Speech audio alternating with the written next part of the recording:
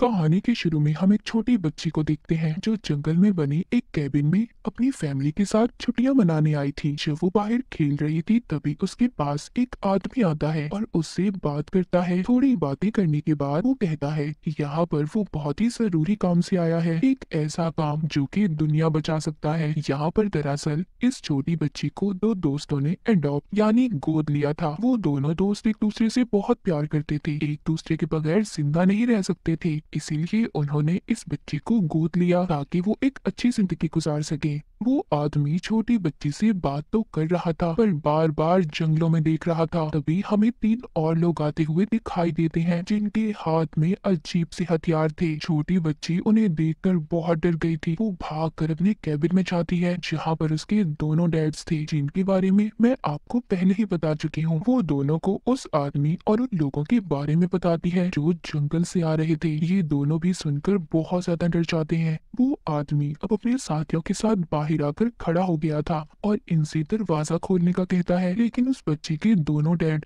उन्हें देखकर बहुत ज्यादा डर गए थे और उन्हें वहां से जाने का बोलते हैं। लेकिन वो आदमी भी बार बार अपने जरूरी काम के लिए बोल रहा था कि वो उन्हें अंदर आने दे क्योंकि उन्हें इनसे बहुत जरूरी बात करनी है। लेकिन एंड्रयू और एरिक दोनों बहुत ज्यादा डरे हुए थे। एंड्रयू के पास उसकी गन भी नहीं थी जो उसकी गाड़ी में बाहर ही रह गई थी, और सबसे बड़ी बात बाहर वाले लोगों के पास हथियार थे। मगर फिर भी वो लोग बार बार इनसे दरवाजा खोलने का कह रहे थे, मगर ये दोनों उन्हें बार बार धमकी देते हैं कि चले जाओ यहाँ से वरना हम पुलिस को कॉल करेंगे। लेकिन यहाँ पर न सिग्नल थे और न ही लैंडलाइन। इन लोगों ने फोन की तार को भी खराब कर दिया था जो बार बार अंदर आने का कह रहे थे। जब उनके पास कोई और रास्ता नहीं होता तो वो अपने हथियार से दरवाजे को तोड़ देते हैं और अंदर आ जाते हैं। एंड्रयू और एरिक उन पर हमला करते हैं, पर अजीब बात ये थी वो लोग तो इन पर हमला कर ही नहीं रहे थे और इसी लड़ाई में एरिक के सर में चोट भी लग जाती है। तो उन्हीं में से एक लेडी उसकी मदद करती है। ये कहती है कि वो एक नर्स है, यानी कि वो आदमी और उसके साथ जो लोग थे वो इन्हें नुकसान पहुंचाने नहीं आए थे। एरिक बेहोश हो गया था और तभी हम यहाँ पर एरिक की पुरानी जिंदगी के बारे में जान पाते हैं जहाँ पर पहली बार उसने एंड्रयू को अपने मॉम डैड से मिलवाया था, पर उन्हें ये रिश्ता इनका पसंद नहीं था। लेकिन वो दोनों एक दूसरे के बगैर नहीं रह सकते थे, इसलिए वो लोग अलग हो गए और आज एक साथ थे। खैर दोबारा हम प्रेजेंट मौजूदा कहानी बनाते हैं। जब एरिक को होश आता है तो चार लोगों ने इन दोनों को पकड़कर बांध दिया था और उनकी बेटी छोटी बच्ची भी उनके पास खड़ी थी। वो चारों इन दोनों को बताते हैं हम यहाँ पर बहुत ही जरूरी काम से आए हैं और तब हमने इस रास्ते को चुना और आगे भी बहुत सी मुश्किलात आने वाली हैं जिनको तुम तीनों में से किसी एक को अपनी जान देकर लोगों को बचाना होगा। अब वो चारों एक साथ खड़े होते हैं और उनको अपना मकसद और काम बताने लगते हैं। शुरू करती है एक लेडी। वो बताती है कि मैं कैलिफोर्निया के दूर एक शहर में नर्स हूँ और अपनी सारी जमा पूंजी खर्च करके तुम लोगों के पास आई हूँ। फिर दूसरा आदमी बताता है जो सबसे पहले छोटी बच्ची को मिला था। वो कहता है मैं एक टीचर हूँ और मेरा बाल भी है। तीसरे नंबर पर इनका एक और साथी बताता है कि वो एक गैस कंपनी में काम करता है, वहाँ पर एक छोटा सा वर्कर है। पहले वो बहुत बुरा था और उल्टे सीधे काम भी किया करता था, पर अब वो ठीक हो गया है और अपनी गलती सुधारने की कोशिश कर रहा है। फिर चौथे नंबर पर लेडी बताती है कि वो एक होटल में शेफ है। ये सारी बातें समझकर एरिक ये समझता है कि ये लोग किसी रिलीजन मजहब से ताल्लुक रखते हैं और इनके फादर ने उन्हें यहाँ इनके पास भेजा है। उनके ऐसे साथ रहने पर ये उन्हें अलग करने आए हैं। उन लोगों का लीडर कहता है जो सबसे पहले छोटी बच्ची को मिला था कि ये सब गलत सोच है तुम्हारी, हम यहाँ पर एक खास मकसद के लिए आए हैं। वो बताता है दुनिया में बहुत बड़ा एपोकलिप्स बर्बादी आने वाली है, सारी दुनिया खत्म होने वाली है, लेकिन अगर तुम तीनों में से कोई एक खुद को कुर्बान कर दे तो सारी आने वाली मुसीबतें तबाहियां रुक सकती हैं और ये काम तुम्हें खुद करना होगा अपनी मर्जी से। तुम्हारी मर्जी के बगैर कोई भी इंसान तुम्हें नुकसान नहीं पहुंचा सकता, यानी कि तुम्हारे साथ कोई जोर जबरदस्ती नहीं कर सकता। वो लीडर इनको बताता है, हम चारों भी एक दूसरे को नहीं जानते थे, मगर इन तबाहियों के बारे में हमें सपने आने लगे, तो तभी हम चारों मिले क्योंकि हम सबको एक जैसे सपने आ रहे थे। और हाँ, ये बात जान लो, अगर तुम में से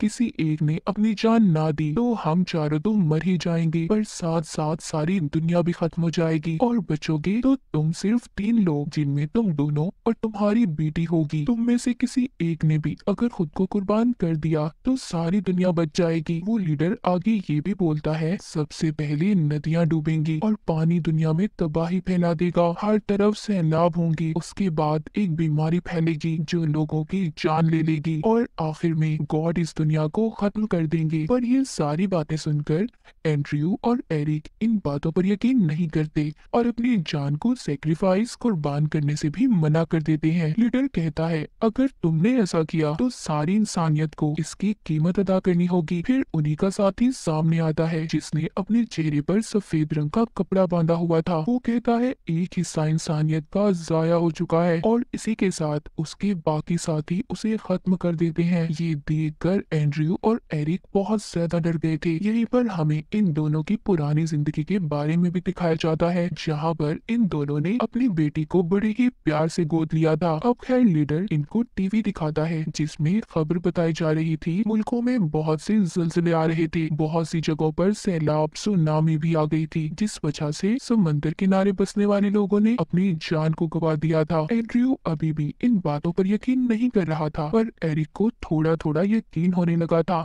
तभी हमें फ्लैशबैक पुराना सीन दिखाया जाता है, जहाँ पर एंड्रयू और एरिक अपनी बेटी के साथ बहुत खुश थे। वो भी दोनों को अपने पेरेंट्स, अपने माँ बाप समझने लगी थी और ये सब यहाँ पर छुट्टियां मनाने आए थे, पर वो ये बात नहीं जानती थी कि एक साथ ही उनका आखिरी सफर होगा। खैर, अब दोबारा से हम प्रेजेंट में आते हैं। एरिक के सर पर नर्स पट्टी बांधती है और कहती है, हम चारों को इन तबाहियों के बारे में सपने आते थे और तभी हम एक साथ मिले और यहाँ तुम तक आने का रास्ता भी हमने अपने सपने में ही देखा है। तभी इस कैबिन से छोटी बच्ची भागने की कोशिश करती है तो लीडर उसको पकड़ लेता है। एंड्रयू से कहता है, मेरी बात को समझो। पर वो यहाँ पर उसे कह रहा था, जो तुम्हारा साथी जिसको तुमने मार दिया, जो फैक्ट्री में काम करता था, उसका काफी वक्त पहले मुझसे झगड़ा हुआ था और मुझे लगता है जिसका बदला वो मुझसे यहाँ पर लेने आया है। लीडर कहता है, मैं नहीं जानता वो कौन था, पर उसी ने हम सबको इन तबाहियों बर्बादियों के बारे में बताया और फिर जिसके बाद हमें भी वैसे ही सपने आने लगे। पर आज हम अपने सही रास्ते पर हैं, बस हम तो इन तबाहियों को रोकना चाहते हैं। फिर वो खैर सबको आराम करने का कहता है। तभी वो लेडी छोटी बच्ची को खाना देती है जो शेफ थी, पर छोटी बच्ची चालाकी से एक चाकू एरिक को जाकर देती है और उन लोगों का ध्यान भटकाती है। तभी वो लेडी जो शेफ थी कहती है कि दूसरी तबाही का वक्त आ गया है, मैं अपने बच्चे को बचाना चाहती हूँ जिसको मैंने सपने में बार बार मरते देखा है। तुम लोग मान जाओ हमारी बात। पर अभी भी दोनों इनकी बात नहीं मानते। फिर उस लेडी को मार दिया जाता है, जिसका मतलब साफ था कि उसकी फैमिली खत्म हो चुकी थी, वो भी अब जिंदा रहना नहीं चाहती थी। लीडर उसकी लाश को बाहर रख देता है। फिर जिसके बाद ये दोबारा से टीवी देखते हैं जिसमें बताया जा रहा था कि एक बहुत बड़ी बीमारी फैल रही है, जहाँ बहुत से इलाकों में इस बीमारी से बहुत से लोग मर चुके थे। इनका एक और सपना सच हो चुका था। एंड्रयू यहाँ पर कहता है कि ये सारी पुरानी खबरें हैं, ये लोग झूठ बोल रहे हैं, ये खबरें ये पहले ही जानते हैं क्या होने वाला है और क्या होगा। पर एरिक को इनकी बातों पर थोड़ा थोड़ा यकीन होने लगा था, क्योंकि उसने पहले जिस आदमी को मरते हुए देखा था,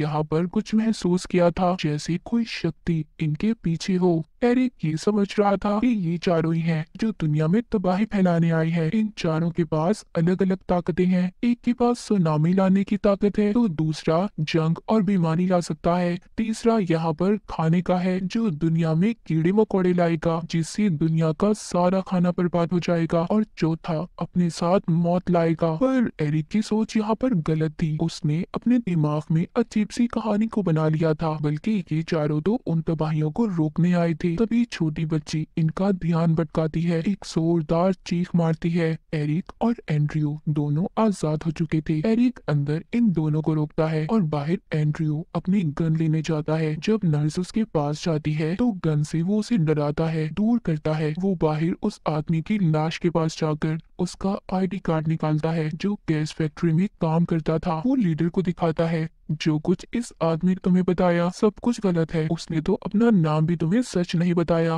वो आप लोगों के दिमाग को कंट्रोल करके यहाँ पर अपना बदला लेने आया था। पर लीडर उसकी किसी बात को नहीं मानता, कहता है जो कुछ भी है सब सच है। जब एंड्रयू के सामने नर्स आती है तो गलती से वो उस पर गोली चला देता है और इनका लीडर उसको तीसरी इंसानियत के नाम पर कुर्बान कर देता है। एंड्रयू को ये आदमी पागल लगने लगा था। ये इसको बाथरूम में बंद कर देता है। तभी उसको गिलास टूटने की आवाज आती है, जिससे उसे ये लग रहा था कि वो भाग गया, पर वो वहीं पर था। वो एंड्रयू पर हमला करके उससे गन छीन लेता है। जब ये हॉल में आते हैं तो टीवी पर खबर चल रही थी कि सभी एरोप्लेन्स खुद ही एक एक करके पानी में गिर रहे हैं और तबाह हो रहे हैं। उसमें बैठे हुए लोग भी मर गए। जो खबर लेडी दे रही थी वो ही इनफास लीडर बोल रहा था। उसको अपने सपने में ये सब पहले से पता था, पर एंड्रयू इन सब पर अभी भी यकीन नहीं कर रहा था। पर एरिक को अब इन बातों पर यकीन होने लगा था, क्योंकि जब इसने इनका पहला साथी मरते हुए देखा था तो तभी उसके पास एक अनजान सफेद रोशनी को देखा था। अब अगली इंसानियत को जज करने का वक्त आ गया था, इसीलिए लीडर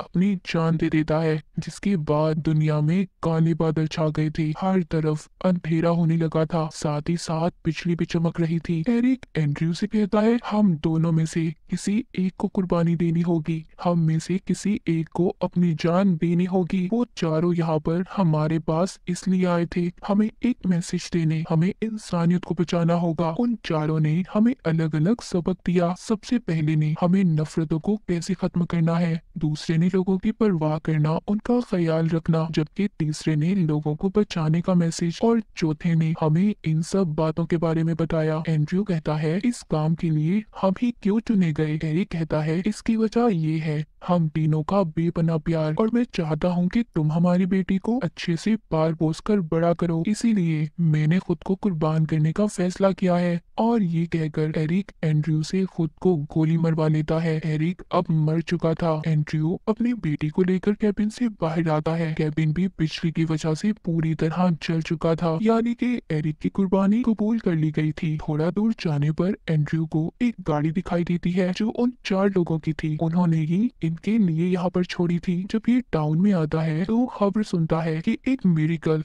एक मौजज़ा हुआ है। सारी तबाहियां खुद ब खुद रुक गई हैं। प्लेन्स जो तबाह हुए थे वो खुद ब खुद ठीक हो गए हैं और बिजली का गरजना भी बंद हो चुका है। लेकिन जो तबाहियां हो चुकी थी वो नहीं ठीक हुई थी। इनको अब इसी दुनिया में रहना था जो अब कभी पहले की तरह ठीक नहीं हो सकती थी, क्योंकि इतना कुछ हो जाना कोई आम बात नहीं थी। और एरिक ने खुद को कुर्बान इसलिए किया क्योंकि जिस सफेद रोशनी की उसने बात की थी उसमें उसने एंड्रयू और अपनी बेटी को देखा था, जिसमें उसकी बेटी बड़ी हो चुकी थी और वो उनके साथ नहीं था। इसीलिए वो जान चुका था कि उसको ही कुर्बान होना है। कहानी के आखिर में हम एंड्रयू और उसकी बेटी को देखते हैं जो उसके साथ एक नई जिंदगी गुजारने के लिए निकल पड़ा था। और इसी के साथ ये कहानी यहीं पर खत्म हो जाती है।